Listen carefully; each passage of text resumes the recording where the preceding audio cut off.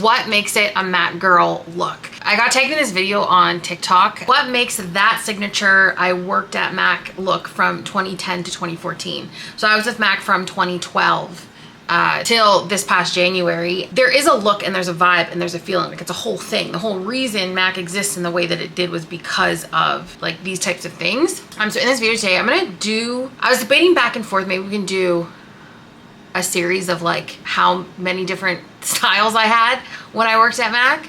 I feel like there was only like 2 or 3, but I had like some very specific looks. I was debating back and forth on which one to do for this video. In this video, I'm gonna do a full face, and I guess I'll just like talk you through some of the very like MAC specific things, or like why they were the way that they were. But the overlying tone is still gonna end up on why benchmark brands are so important. And there is one secret to a matte girl look, and we're going to talk about that in this video. I feel like this video would not be complete without MAC certification jewelry. I'm missing my like the piece that was for fashion show because they changed it to the dog tags. I have a full dog tag. I have no idea where it is. Load it up and I'll just put on the MAC necklace. Oh no, I'm gonna cry. Oh my god, am I gonna cry?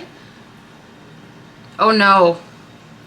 Oh no, we're just gonna get into this video. If you're new here, hi, my name is Megan. I've been a makeup artist for 15 years. 13 of them I worked for MAC. So obviously I know what I'm talking about when it comes to MAC makeup. So if you wanna see what makes a MAC girl makeup look, please keep on watching. Go in, this might just be like another yappy video too. I'm gonna go in with a wipe.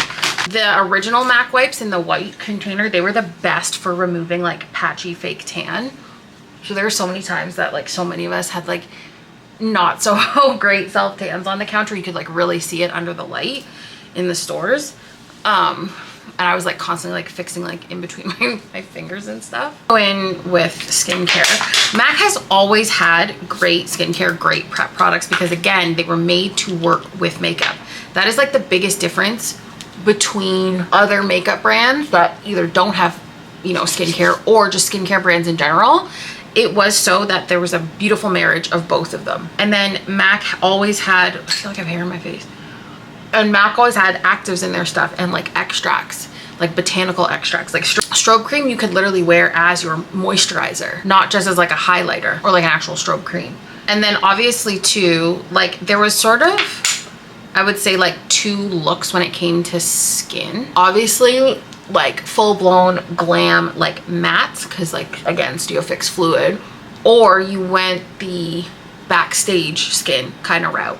So you kind of sat in one of those 2 categories, but it was still always like full looking no matter what it was. I forgot to put Fix Plus Magic Radiance down. That, like a key step to any MAC makeup look was Lightful Softening Lotion, always and forever. And then when they put it in the spray, it was even better.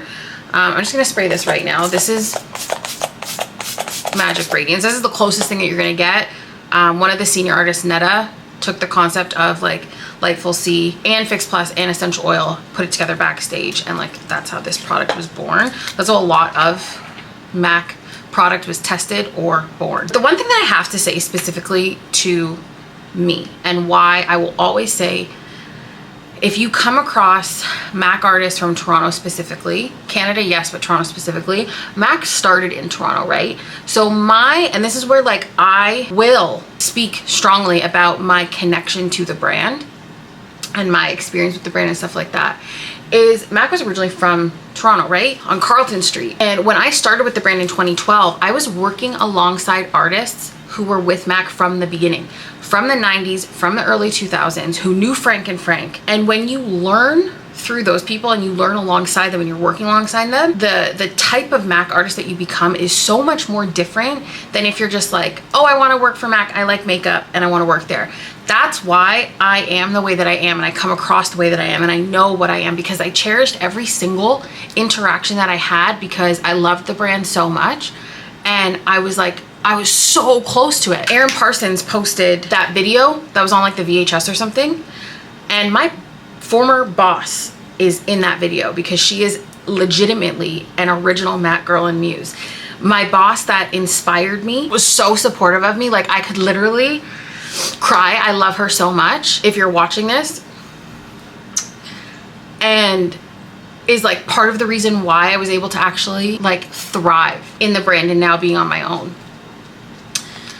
I'm not gonna get emotional. So when you're talking like day to day, you're talking to these people consistently, you are absorbing all of these old MAC stories, you're learning history, you're talking about product in such a different way that there really is a difference. And I'm very proud that that is my experience, and it's my experience and the experience that I got. I have run out of my MAC lip conditioner, but no makeup service, no makeup started without putting MAC lip conditioner on your lips. Probably one of the most underrated products in the entire world. Okay, we're gonna just let the skin sit. I'm gonna do my brows how I remember doing my brows. I don't even own brow pencils to do it, but I used to use Fling and Stud. I have Taupe and Stud.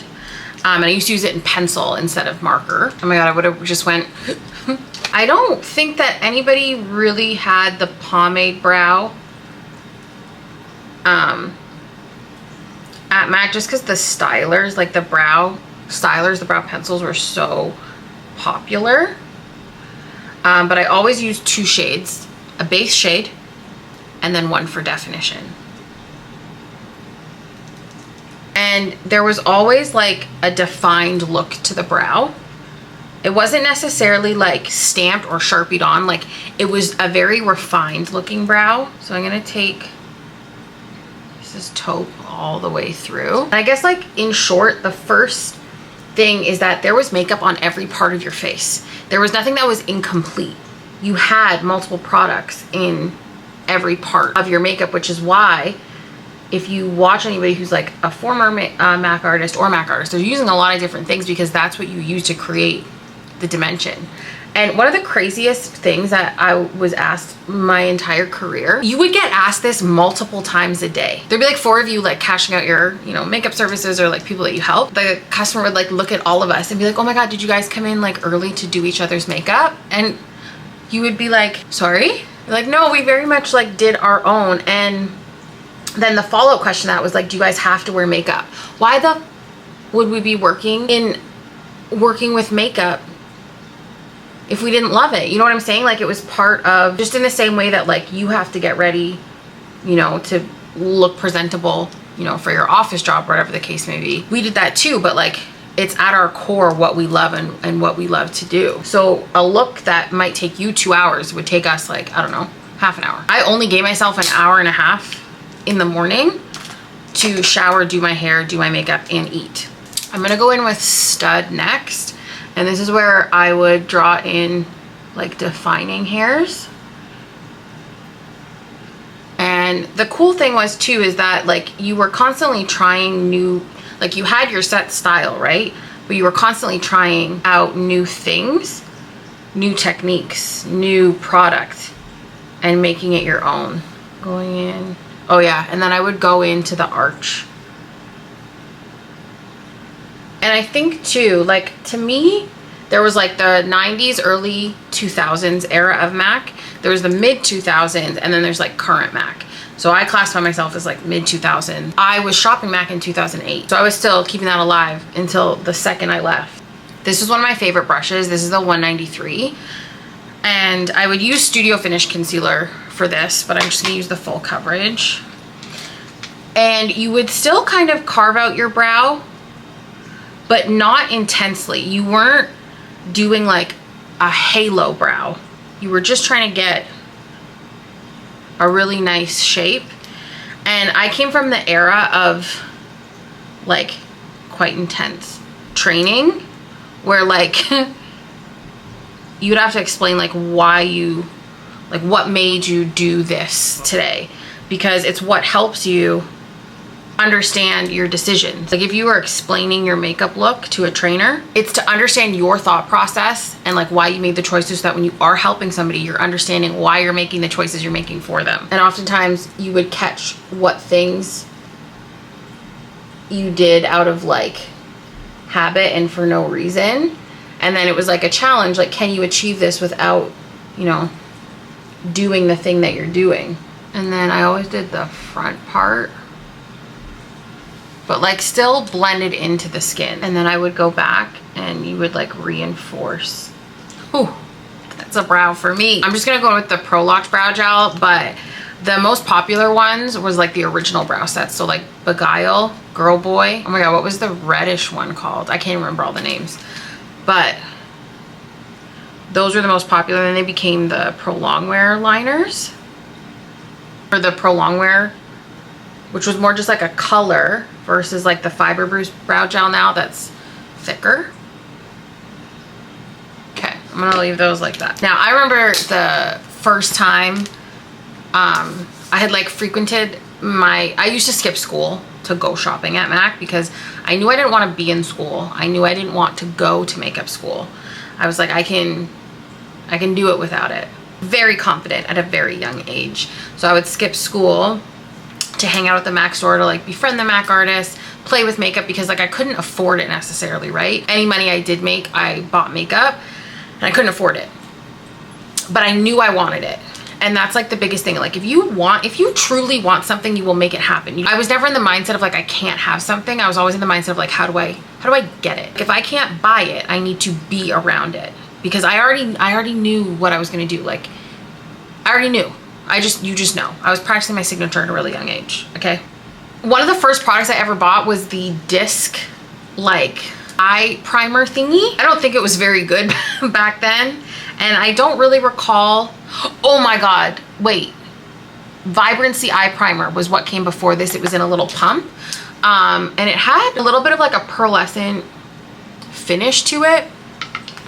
I really enjoyed that, but this is superior. Now, paint pots were huge. I wore soft ochre for like a period of time. Groundwork is the only one that I'll like actually still wear. And obviously the MAC brush of MAC brushes was the 217. This is a new one. Like this is one of the natural hairs, or this is one of the synthetic hairs. But yeah, I did wear soft ochre for a period of time. Oh, this is what I was saying. Like I literally remember myself standing in the store, like asking what she was wearing. And it's just so crazy that I ended up working there years later. But it was the eyebrow highlight, and it's the contrast between crease color defining shades that make it like a very MAC eye. And there's always smokiness. There's like such a sexy smokiness to an eye look. And she was wearing Fig 1 Shadowy Lady. Fig 1 Shadowy Lady. And there was like another flat eggplant kind of color. I can't remember what the name is. Obviously Carbon. And then she was wearing, oh my God, Floof. It was Floof. Floof was the brow highlight. I need to actually get my 40 Shades of Pride palette. One of these is Floof, right? I don't have Floof, I have Dazzle Light. Oh my gosh, Shimmer Moss, Parfait Amour. And there was always, oh my God. And like, maybe I will do a series on this of different like very specific MAC things. Like Feline Eyeliner and Stars and Rockets. A smoky eye that's just black track and like feline. Like core things. Let me zoom you in a bit. I'm gonna take a 221 and I'm gonna take Cork eyeshadow. And remember too, like your experience of watching MAC online back in the day is different than what was actually going on in real life. It's still the same now. But I worked with one MAC artist that was an OG, early 2000s artist, and she was the most stunning person ever and like one of the most fun people to work with. And I remember she would never change up her look. She would always wear Liquid Last eyeliner, and whenever like something new would launch and you would need to incorporate it into your look, because duh, she wouldn't want to, or she would just do a whisper. And I was like, girl, please, I'm begging you, can you just put something on that's like a little bit more visible from the new collection, please, for me? She'd be like, for you. I said, okay, thanks. And every single day she's like, what is on your cheek? And I'm like, girl, every day I wore Hush cream color base and like Margin or Prism Buffer Cubic. And she'd always like spin me towards the light and she would look at it. I'm like, girl, I told you. Same thing every day. That's kind of like what you did. I'm gonna put Cork.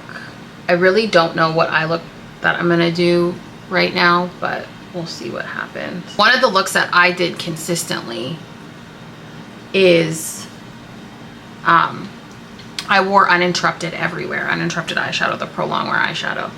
Everywhere. I blew that out till no tomorrow. I'm gonna take a little bit of Rule, which is like an orange. Yeah, like a MAC girl look there is everything in it. You don't skip out on a step. I'm gonna take a little bit of the Cork. And there was like the way that the crease fades, very MAC specific. And the thing is you weren't trained to like replicate looks.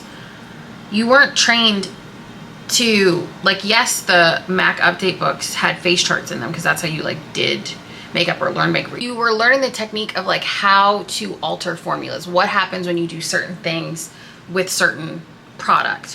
Why would you make those choices? Like that's how we were trained. And then I'm gonna take a 239, and I don't know what this dark brown is, but I'm gonna go in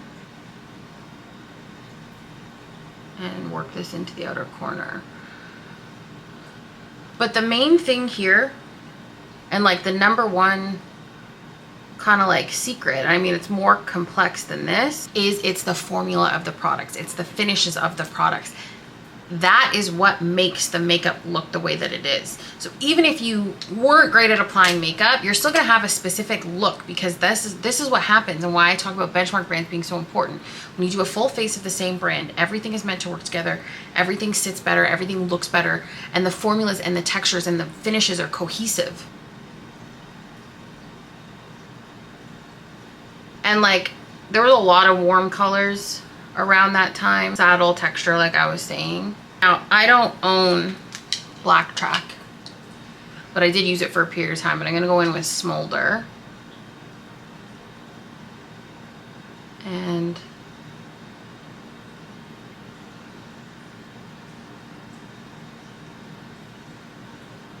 you best be able to achieve a beautiful black smoky eye with like 2 products.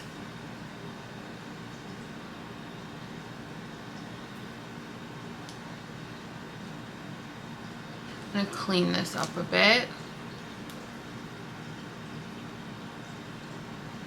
I did more black than I wanted to, but that's okay. But yeah, there were so many like staple, I'm gonna put brown right over top of this.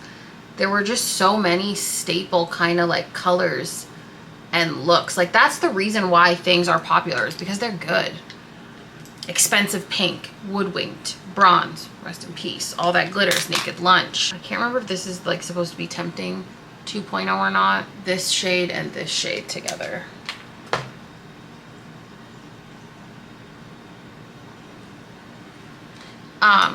Naked Pigment, like there's just so many classics.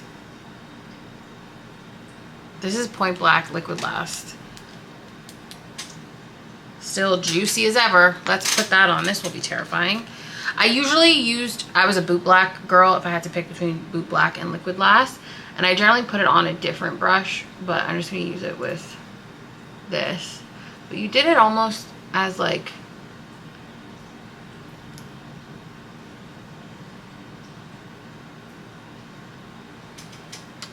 just like added a little zhuzh. I should put carbon down first, so you know. Actually, 228 was the brush to smoke out a dark color. I'm just gonna use the 231. This is the lip brush. Also really fantastic for your dark shades. And just tap it over. Bring it up into the crease like a smidge. But yeah, you generally fell into like a matte category or like a shiny category.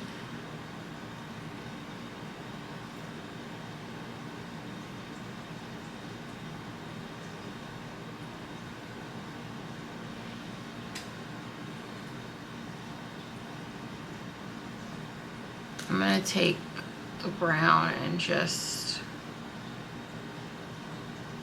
see, this is why it takes Kayla so long to do her eyes. There's too many steps for me. Oh God, Reflex Transparent Teal. That's a whole eye.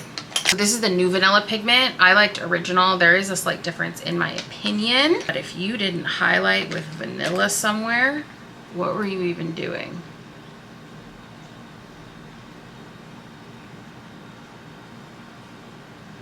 A little bit of vanilla. You could use that like on your cheek too. I'm going to take a little bit more cork and just move the cork up a bit.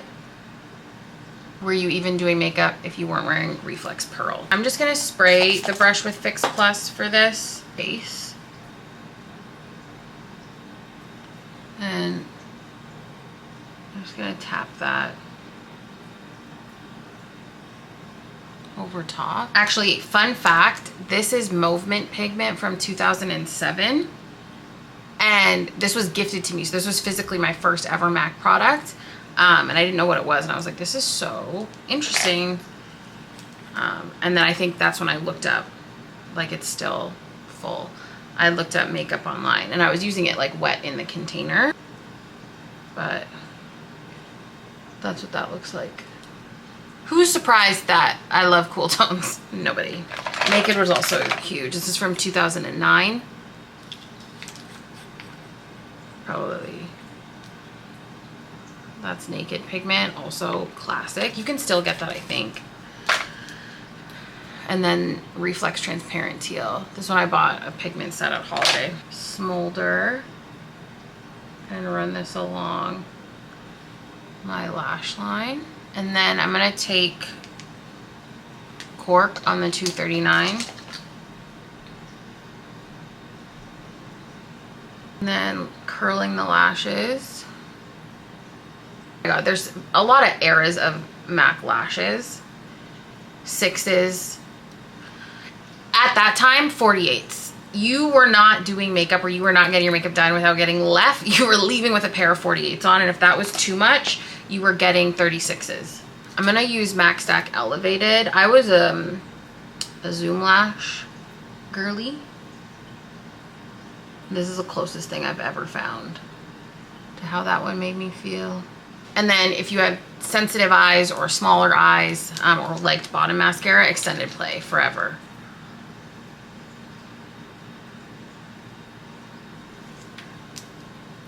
I need to blend a little bit more brown. But yeah, Saddle and Uninterrupted, there we go, were my jam.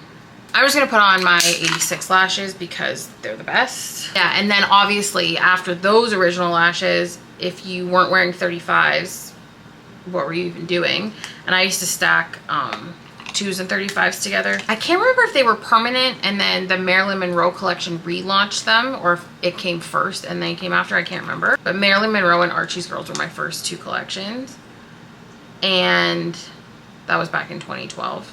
Rihanna redid, like she relaunched the 86s.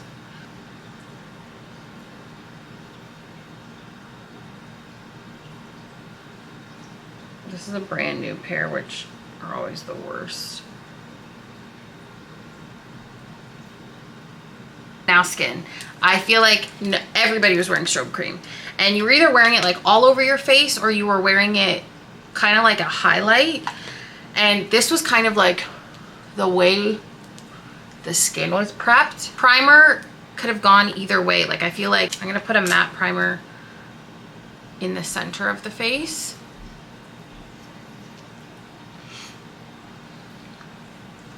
In 2012, I was wearing Mineralized Moisture Gel, like Charged Water Gel.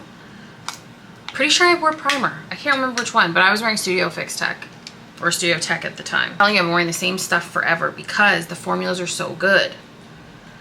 It was a little bit more matte than this one. This one's a lot more skin-like. But the crazy thing, like one of the most popular foundations aside from Studio Fix Fluid was Pro Longwear, the original, and then Match Master. But that aside, formula, foundation formula innovation, powder formulas, bronzer formulas, like they never missed. The only product that I would ever actually say was a miss when I was there was the Roller Wheel Liquid Eyeliner. because that hurt my eyes when I rolled it on. Even next to nothing was so ahead of its time. Like that could exist right now and be so good. Under the eye, I would say the most popular one, the most popular concealer was Select Cover Up. That's basically what P. Louise product is based off of. Select Cover Up, Select Moisture Cover, Mineralized Concealer, Pro Longwear Concealer, Studio Finish Concealer. So I'm just gonna use the full coverage palette. NW to color correct. And then NC to brighten and highlight. I'm gonna actually kind of pack it on kind of chunky. And blend out with the other brush. And then there were the cream blend blushes. No one really grabbed those for appointments unless like you had somebody with like more mature skin that didn't want to wear powder products. But other than that, like everything was just powder on top. Obviously, OG Warm Soul. Maybe if you were deeper, you had like raisin underneath. I'm gonna take Matte Deep Golden. And yeah, there was like a, I feel like there was like a look to the cheek.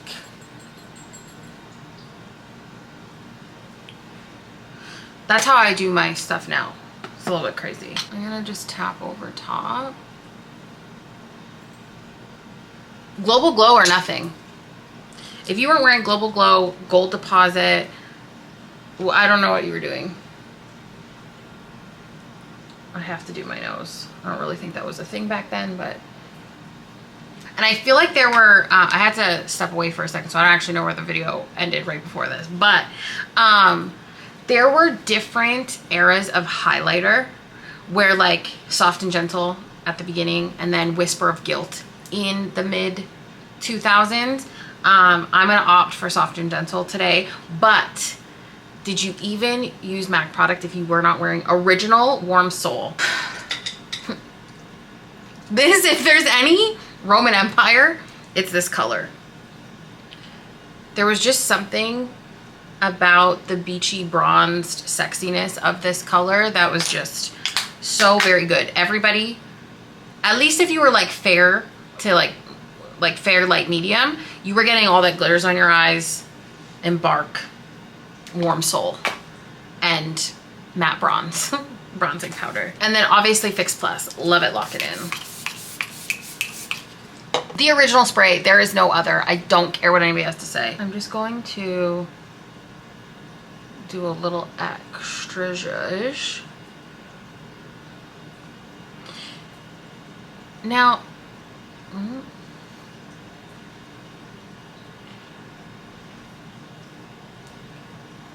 I'm trying to think about powder. In terms of loose powder, I can't remember when Studio Fix Loose came out. I'm just gonna go in with Studio Fix. This is the original one. And I'm just gonna pack this on my face.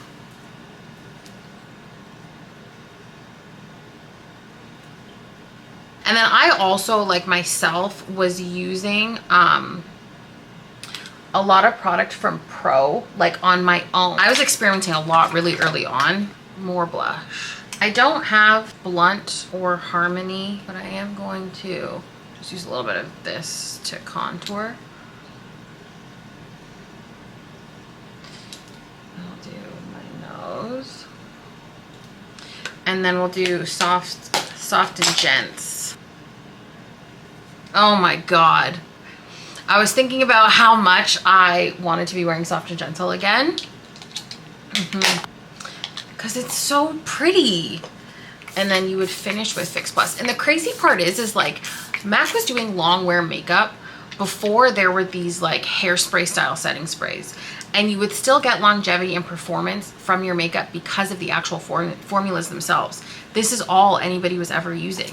Oh my God, and lip? God, there's like endless combinations for my next trick. I was always doing a lip combo. I'm gonna go in with Hodgepodge first. I mean, there were so many different like classic MAC kind of lip looks. Hue, touch. I'm gonna use Stone for definition. And then I'm going to use Myth. I have new Myth. And then I'm going to fade Hodgepodge into it. And then, of course, clear lip gloss. I'm ready for work.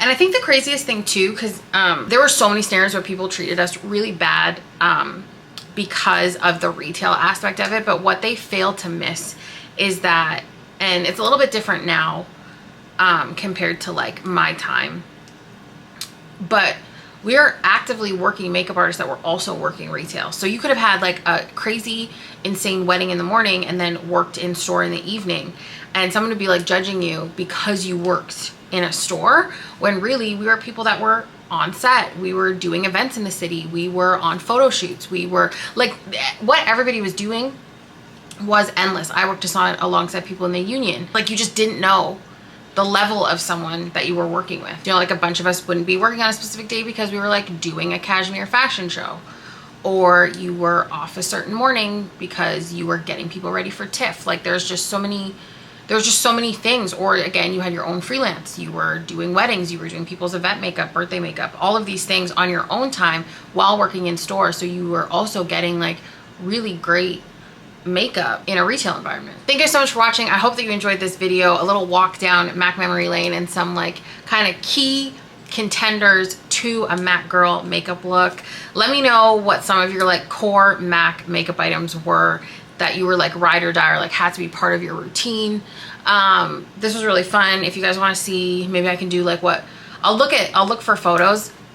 I actually have a playlist on TikTok of some of my old makeup looks, so maybe we'll recreate one of those. If you haven't already, make sure you subscribe and turn on post notifications so you never miss a post. Follow me on TikTok and Instagram under the same name, at Miss Megan Robinson. If you want to learn more about makeup, head over to my Skool community. It is free to join. Don't be late for school, and until then, I'll see you next time. Bye.